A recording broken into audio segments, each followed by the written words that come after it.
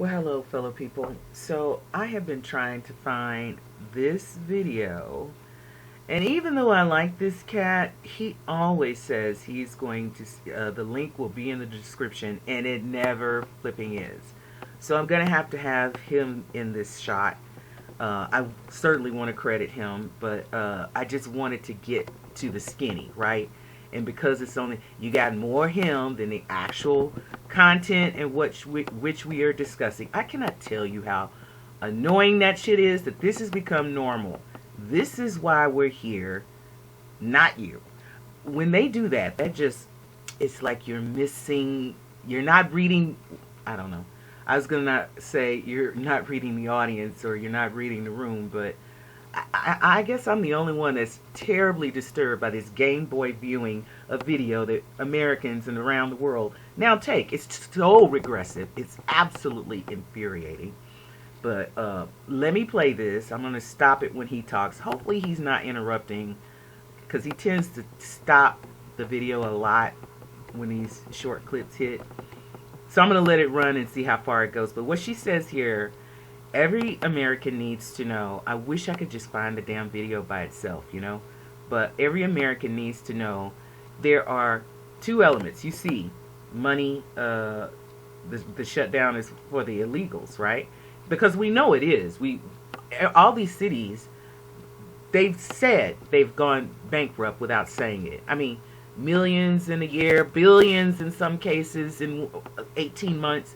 It's unsustainable. But that's not the main, that is one of the main things. But there's another part that I really want y'all to check out. So here we go. Way to say this politely. I don't really care if I upset anybody, but I kind of do. So I work across the hall from the Department of Human Services in a small town in Texas. And since 21, that place has been a revolving door. There were days that they would have people lined up outside waiting for services. If you don't know what their services are, that's the food stamps and the free healthcare. So that leads me to talk about the government shutdown. And I understand we're going without a paycheck. I get it. And I don't want, like, my coworkers to get super mad at me for saying this, but I'm pretty sure they are. And the liberals are going to come at me in the comments. Because I'm blonde, I'm pretty, and I'm white. So go just Timu Barbie, whatever y'all always like to call me. Anyway, so I saw it firsthand that those services are being abused, and it's not by Americans. It's by illegals, and it's by males. That's what I wanted you to hear. It's not just the illegals, it's the many men without families, children, like they've been trying to sell your asses. I've been telling y'all, they are bringing military-aged men from the worst places in the nation who do not know how to work. Many of them don't even know how to read, even in their own language. They are just survivalists. They are just hunters and gatherers. They are just the most barbaric people ever. And they don't want to work. They don't want to work, and they don't have to. And they've been sucking America and our tax-paying dollars dry over the last 4 years. The men are doing this from other nation. The men! Let me see if she's going to say anything else, because I feel like he's about to talk right now. Hopefully not. It's one thing when you have a family that is a legal U.S. citizen, taxpayer, that needs help with food, housing, medical insurance. That is not an issue. That I'm 110% okay with that. Like, help people. But I have a huge problem with an able-bodied male from another country coming over here and basically just mooching off the system, because that's what they're doing. They're not contributing to society. They're not doing anything. What they are doing, though, just go look back at them videos in New York. They'll tell you they just getting drunk all day. They're just getting drunk all day and blowing time and getting anxious, and testosterone is building up, attack after attack after attack. We see the results. I mean, I want to remind y'all of something real quick. I was going to say fucking Somalia, but Somalia. Let me reintroduce you to that place. The supermodel, let me start here because you might not know her name, but you're going to know her husband's name. He was the famous singer who came out that in the song crossed over called Fame. David fucking Bowie. He married Iman, the supermodel from where? Somalia. And guess what? When she came to this country, she was an actual refugee because the thing that they do to those women over there, it was called female circumcision. Just look it up. Barbaric as hell. She left to save her life. She didn't want to go down that path. That was a regular path for the girls of Somalia, right?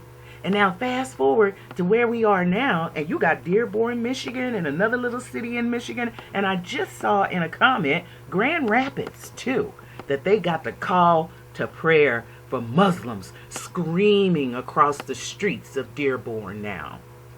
And the head of that camp is Somalia. They got that little boy that looks like, well, that is their culture. They believe in marrying their cousins and their relatives. They believe in that shit. That's why that whole Iman, whatever her name was. No, Iman was a supermodel. Elon, whatever. Y'all know who I'm talking about. She put on her certificate that she married her brother. You know, that interbreeding stuff is part of their fucking culture. And now you got a guy over there that's a mayor. I think he's in Dearborn. He might be in the other city that I can't remember, but it started with an H. For people in Detroit, you know what I'm talking about. But he is telling them, his own citizens who voted him in, mostly Americans, I would guess, the liberal women are doing this the most. And then the cream puff liberal men who don't have voices in their own household, but pay for everything, are letting these women lead their household. He's telling them that he's going to do everything for Somalians. He's saying it out loud. It's crazy. Able-bodied men, droves of them. We've seen the footage. There are more men have come across than anything else. It wasn't about, and then this one always knocks me out. Go back and look this up. They're seeking asylum, but they go home on vacation to the place that they were seeking asylum from. How many of them got caught doing that? I don't think y'all understand, but let me let her finish. So that, it really is, it's an issue that needs to be addressed. And if people would really step back and look at this situation, you would understand that that's not sustainable. That's not something that we can keep doing. So if we have to go without a paycheck to fix this broken system, then so be it. Okay. My apologies, Anton. You didn't interrupt, because usually when I watch these little clips, he speaks a lot more than the length of the clip, and I'm just glad he did not, and I did it. But I'm going to play it in full before I get out of here. I just wanted to leave this food for thought, because if you're not going to wake up now, you never will. You got a bunch of military, young age, healthy, strong men who when they want something, I mean, my goodness. Go look at Nick Shirley's video where he and his film or photographer got attacked by an African because he confronted them about selling illegal goods on the streets of New York on camera. He was so emboldened. They all are, because these are men who view American men as weak. In the Persian Gulf, that thinking, I can tell you for a fact because we live there, they think American men are there to hump, basically be conquered. I forget how it's said in Arabic. I used to know, but yeah, they think you guys are weak. And they're proving it at every layer possible. The way they attack the women in this country and nobody's doing anything. Men are standing around. They see you're not helping us anymore, and that's definitely women's fault that men don't want to be chivalrous anymore. I don't blame them, But they are observing this, that we have no protection because they view our men as weak.